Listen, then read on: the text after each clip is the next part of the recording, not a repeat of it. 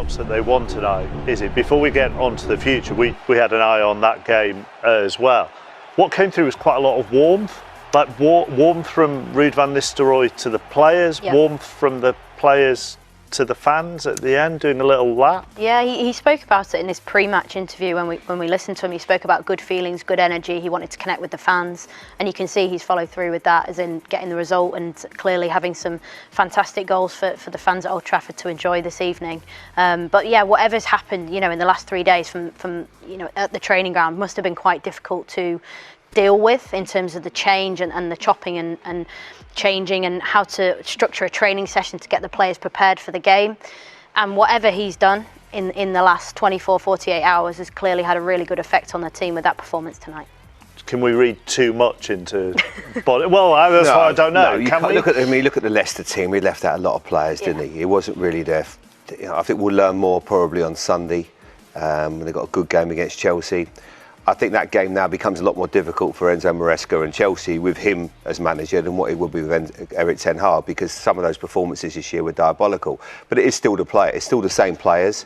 I think going forward, the quicker they can get the manager in, obviously the better. I think it will certainly help. Well, tonight, the stories are that, look, it looks like it will happen in the end and it will all be sorted, but that Manchester United may have to wait until after the international break to get him in place. They are the reports from Portugal that the agreement will be done and the deal done, but he will stay for another 3 games until the international break. And in the course of the last 24 hours, there's been discussions about, yes, he has the release fee that Manchester United will pay, but then he has a 30-day notice period, and there are discussions about his staff and whatever.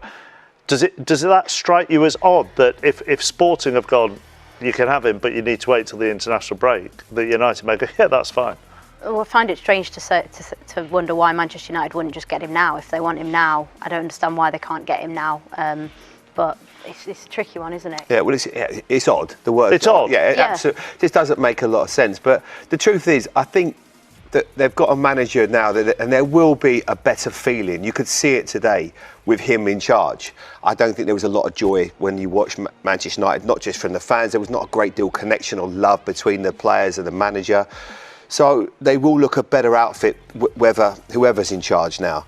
But the quicker you get him in, obviously, the better. But again, we're talking about 5 to 10, 20 days, whatever it is, before you get him in. This is the long-term play with this guy, and it has to be. You've got to give him the time to really get to the bottom and root out all the problems at that club and change the culture, which has been completely wrong for a long time.